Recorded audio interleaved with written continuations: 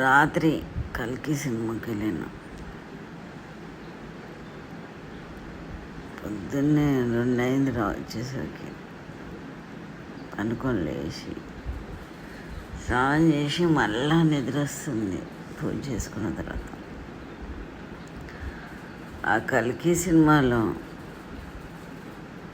ప్రభాస్, అమితాబ్ బచ్చన్, అయినప్ప సామాన్లు, కాంప్లెక్స్ తప్ప నాకేమీ గుర్తు రావట్లేదు అసలు.